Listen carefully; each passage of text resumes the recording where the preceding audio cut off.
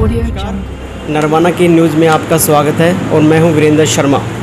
इन बातों को लेकर हम कैथल में पहुंचे हैं जेबी जी के दफ्तर में और उनसे जानेंगे कि जो आज की जो राजनीति चली हुई है उन पे क्या है। सर, सबसे पहले सर नरवाना की न्यूज़ में आपका स्वागत है सर। धन्यवाद जी। सर, देखा जाए तो बहुत सारी वीडियो दबंग नेता के रूप में का दर्जा दिया गया है, वो सर कैसे? दबंगताई का मतलब है मैं निष्पक्ष और निर्भय होकर के अपनी बात हमेशा नेताओं के सामने भी जनता के सामने भी रखता हूँ। मैंने कभी भी ज़िंदगी में दबाव की राजनीति नहीं की।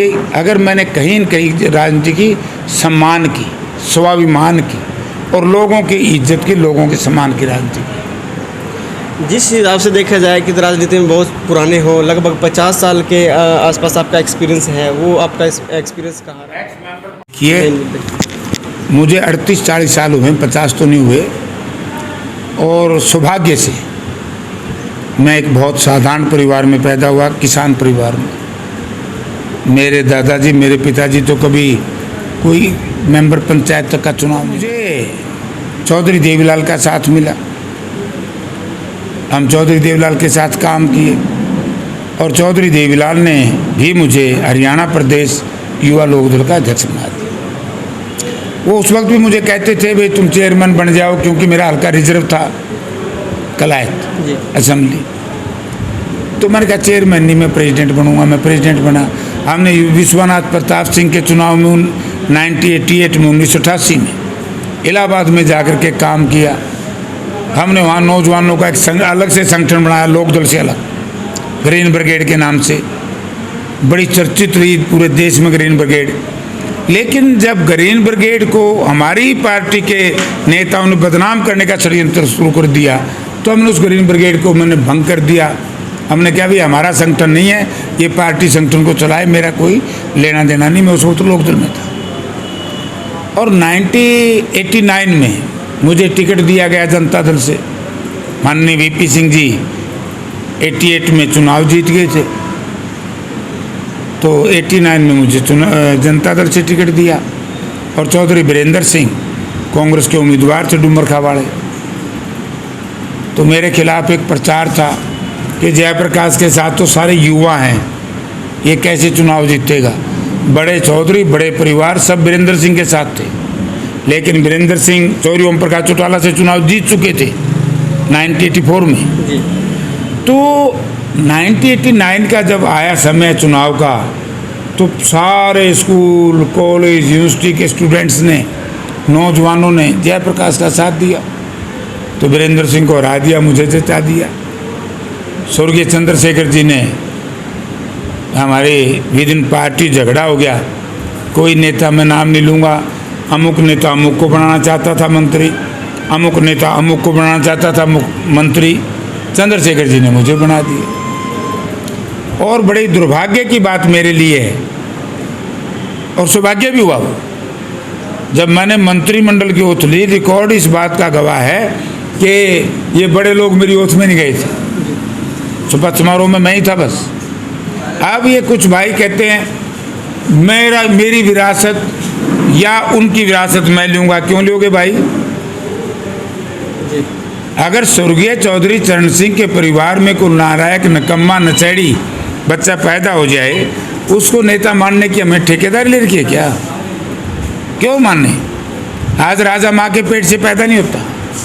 आज राजा हर मतदाता के वोट की ताकत से पैदा होता है।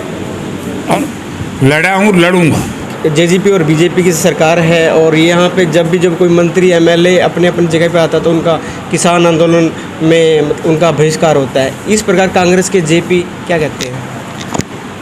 देखिए, जब आंदोलन शुरुआत हुई आंदोलन की, आपको याद होगा पंजाब के हमारे किसान भाई जी दिल्ली आए, तो पंजाब के मुख्यमंत्री कैप्टन अमरिंदर सिंह तत्काल प्रधानमंत्री से मिले, गृह मंत्री जी से मिले। मुझे तकलीफ इस बात की है कि हरियाणा प्रदेश के मुख्यमंत्री और विशेष तौर से जो उप मुख्यमंत्री हैं, जो बार बार किसान की बात कहते हैं, अब तो किसान के प्रति आप शब्द का इस्तेमाल करते हैं, अनपार्लियामेंट्री लैंग्वेज यूज़ करते हैं, किसान को एक किस्म की भद्दी गालियाँ देते हैं। तो या कभी मिले जाकर के केंद्र सरकार को कि हमारे हरियाणा के किसान हैं तो इनकी बात को सुना जाए। जब एक बात आप बताइए, प्रजातंत्र में हर व्यक्ति को यदि सरकार गूंगी और बहरी हो जाए, सरकार अपने आदर्श से पीछे हट जाए, तो फिर जनता क्या करती है? आंदोलन। आंदोलन शांति प्रिय होना चाहिए, यही है ना प्रजातंत्र की परिभाषा। जी के आंदोलन बहुत शांति प्रिय रहे थे, इसलिए देश को आज़ादी मिली थी। उनका बहुत बड़ा योगदान था देश की आज़ादी में। इसी तरीके से शहीद भगत सिंह जी के चाचा जो सरदार अजीत सिंह थे, उन्होंने एक आंदोलन चलाया था पगड़ी संभाल जट्टा, और उस आंदोलन में हरियाणा प्रदेश की तरफ से लीड कर रहे थे चौधरी माथुराम, नेता प्रतिपक्ष चौधरी भूपेंद्र सिंह हुड्डा के सगे दादाजी। 7 महीने चला था, अंग्रेज ने भी बात माननी पड़ी थी। वही कृषि सुधार कानूनों को लेकर के वो आंदोलन था, लैंड रिफॉर्म को लेकर के। अब ये कृषि सुधार कानूनों को लेकर के क्या ये केंद्र की गूंगी और बहरी सरकार जब ये कहती है भाई जिस जिस मद में जिस उसमें कमी है हम वो दूर कर देंगे या उसको बदल देंगे, तो इसमें क्या आप बता रही है? एक बार ये कह दे ठीक है आओ भाई किसान भाइयों, ये तीनों कानून रद्द, हम मिल बैठ करके नया कानून बनाएंगे। जाट आंदोलन में भी सर आपको आरोप लगे थे, तो उसके बारे में क्या कहना है? देखिए, मैं आज भी कहना चाहता हूं कि जाट आंदोलन जो चला था उस वक्त तो आंदोलन किन लोगों के हाथ में था? वो आंदोलन था उस वक्त का लोकदल, आज का जेजेपी और लोकदल। आपको याद होगा एक आए मलिक, शायद उसका यशपाल मलिक नाम था। यशपाल मलिक। मैंने ये बात कही थी भाई यशपाल मलिक एक भारतीय जनता पार्टी के कार्यकर्ता के रूप में, घुसपैठिया के रूप में यहाँ आया है और ये आग भड़काना चाहता है। क्योंकि जब मैं हिसार जिला कांग्रेस पार्टी का अध्यक्ष था और आंदोलन की जो शुरुआत हुई थी 2012-13 में, उस वक्त हिसार में आया था, लोगों ने इसका पता लग लिया था, लोगों ने इसको यहाँ से निकाल दिया था। जब भारतीय जनता पार्टी की सरकार बनी और इसने यहाँ आना शुरू किया, मैं कहता था लोगों ये लोकदल, उस वक्त का लोकदल, अभय सिंह नेता प्रतिपक्ष थे, आपको याद है? अभय सिंह नेता प्रतिपक्ष, वीरेंद्र सिंह केंद्र में मंत्री, यशपाल मलिक जलसा करे जो किसान आंदोलन चलाए और ये उसके जलसे में शिरकत करें, तो ये दोषी हैं? या जो हम लोग ये कह रहे थे कि लोगों इनको यहाँ से निकालो, ये भारतीय जनता पार्टी के छोड़े हुए लोग हैं, यशपाल मलिक वगैरह। आज ये देखो जनता, बलवान कोटड़ा किस पार्टी में है? आप बता दो, पदाधिकारी है वो जेजेपी का। अभय सिंह चौटाला किस पार्टी में है? इनेलो। ये सारे वहीं से निकले हुए लोग हैं। इन्होंने योजनाबद्ध तरीके से भारतीय जनता पार्टी के साथ मिलकर के जाट आंदोलन में दंगे भड़काने का काम किया। जाट आंदोलन शांति प्रिय चलता, किसको क्या इतराज था? किसी को कोई इतराज नहीं था। जब इन्होंने एक योजनाबद्ध तरीके से दंगे भड़काए, और दंगे इसलिए भड़काए कि वे किसी तरीके से कांग्रेस पार्टी को और चौधरी भूपेंद्र सिंह हुड्डा को बदनाम किया जाए, और ये ऐसा हुआ भी। अब बार बार ये अभय सिंह चौटाला कहता है कि चौधरी भूपेंद्र सिंह हुड्डा बीजेपी से मिले हुए हैं, उन पर तो 6-7 मुकदमे बन चुके हैं। अगर मिले हुए हैं तो वो फैसला अभय सिंह ही कर दो। जब जाट आंदोलन की आग भड़की, कौन लोग थे? इसी की पार्टी के लोग थे, अभय चौटाला के, जिन्होंने बयान दिया था छोरा जाटा का, जूता बाटा का, लोहा टाटा का, मोड़े तने मुर्दा, हमारे नौजवान पीछे नहीं हटेंगे, आर पार की लड़ाई लड़ेंगे। कौन व्यक्ति था? इसी से फैसला लग जाएगा जिसने आग भड़काई है। कहीं ना कहीं इसमें भी राजनीति आई है, जाट आंदोलन में भी राजनीति आई। नहीं, कंप्लीट राजनीति थी। इन्होंने हरियाणा का सत्यानाश कर दिया। इसमें उस वक्त का लोकदल, जेजेपी, बीजेपी, इन लोगों ने प्लान स्कीम से षड्यंत्र रचा था।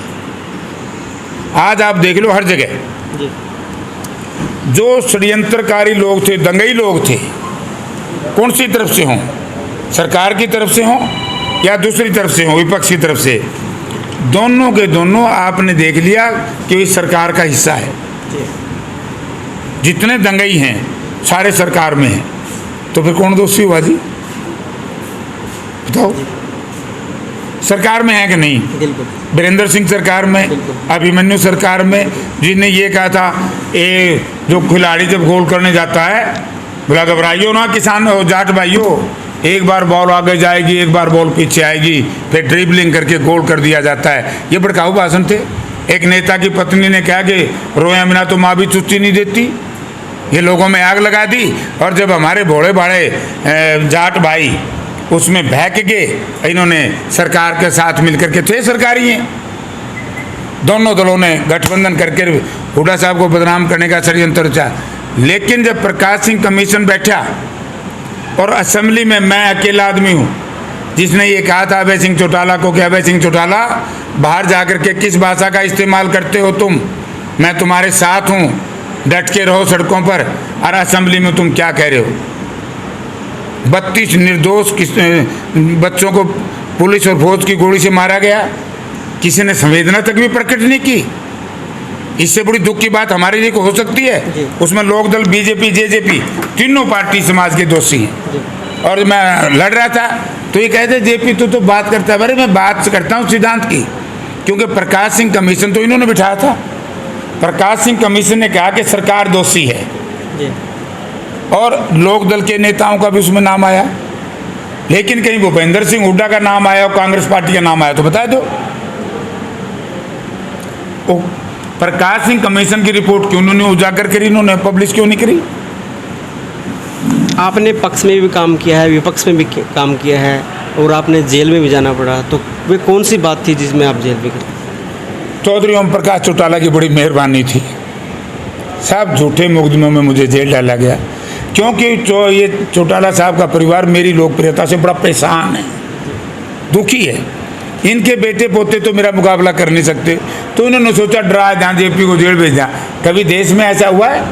मैं मेंबर विधानसभा था, एमएलए था बरवाड़ा से, मेरे ऊपर आरोप लगा दिया पंखा, ये भी डकैती। अरे ये अक्टूबर महीने में कोई पंखा चोरी करेगा? रजाई तो कौन को ठहरे, जब पंखा कौन लेगा, चाटा मरेगा।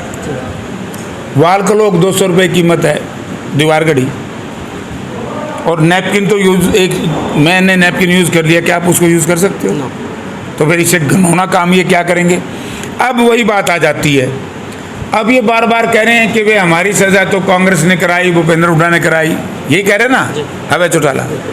तो हम किसने भेजे थे जेल में भाई? मैंने तो कभी नहीं कहा।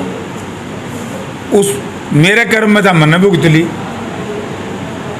इनका कर्म में था ये कुछ भुगते हैं कुछ भुगते हैं। क्यों किसी पर आरोपित कर रहे हो? ये भगवान देख रहा है। ओम प्रकाश चौटाला की किसी ने सजा नहीं कराई। हमारे जो 9 किसान कंडाला में मारे थे उनकी आत्मा रो रही थी। हम जैसे निर्दोष लोगों को जेलों में डाला गया, कितने दिन मैंने जेल में काटे हैं। मेरा परिवार, मेरा साथी, मेरे सिंपैथाइजर, हमारे कार्यकर्ता भाई जो दिन रात 24 घंटे जेलों के बाहर सोते थे, थानों के बाहर सोते थे, क्योंकि इन्होंने पुलिस कस्टडी में अपने राजनीतिक विरोधियों के शरीर के अंग तोड़वाए। तो ऐसे लोगों का राज भगवान ने बड़ी अच्छी सुन ली हो, तो उसमें किसी का क्या कसूर है? वो तो ये कह रहे हैं सर कि जेबीटी के मामले में वो अंदर गए थे। ड्रामा है ड्रामा। फिर जेबीटी मामले में बुद्धि तक काम क्यों नहीं लिया? जिन लोगों की सिलेक्शन हो रही थी लिस्ट क्यों बदली? जिन लोगों की सिलेक्शन हुई थी उनको क्यों नौकरी से वंचित रखा गया? अपने चेतों को किसी न किसी प्रलोभन, क्या ऐसा प्रलोभन था कि लिस्ट बदलनी पड़ी? मुझे बताओ। ये पार्टी वाले तो इसी बात पे राजनीति कर रहे हैं। क्या की राजनीति है इनकी? क्या की राजनीति है? ड्रामा कर रहे हैं ये। तो अपनी जो कमाया रखा नहीं धन, उसने सुरक्षित करने के लिए इस जेजेपी लोकदल की लड़ाई तो धन का बंटवारे की है। ये मारे लोग तो बेचारे फंस रहे हैं काम का बोल। एक बात हो सर, डॉक्टर का बेटा डॉक्टर होता है, पुलिस वाले का बेटा पुलिस में डाल देते हैं उसको, वकील का बेटा वकील का। एक राजनीति का बेटा को अभी आपने राजनीति में डाल ही दिया सर, क्या डाल दिया? डाल दिया मैंने, क्या डाल दिया? चुनाव लड़ रहा है भाई, मैं इतना बड़ा चुनाव तो नहीं है सर, छोटा भी नहीं है। यूथ कांग्रेस है, युवा लोकदल है, युवा जनता दल है, SFI है, अलग अलग पार्टियों के अलग अलग विंग है। वही तो नेता बनते हैं ना।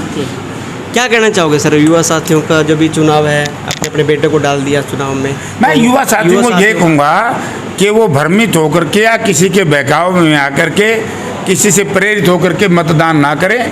तो यूथ कांग्रेस का जहाँ जिसका आत्मा माने, जिसका मन माने, वहीं वोट दें। ये किस तरह का भाई चुनाव?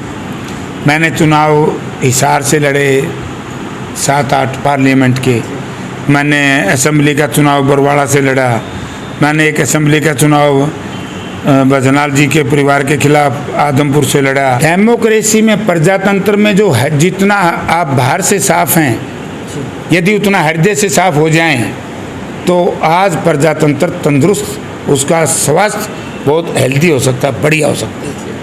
तो इसलिए मैं कहता हूँ सब नेताओं को कि लिपस्टिक पाउडर ला करके ऐसे भी बैठ करके शीशे में मुंह देख के बाढ़ बह के बात करने का कोई लाभ नहीं। भाषण या बात या विचार कौन बढ़िया होते हैं? जिनको आम जनमानस समझ सके, जी। आम जनमानस की जहन में बैठ जाए, वही भाषा, वही शब्द इस्तेमाल करने चाहिए।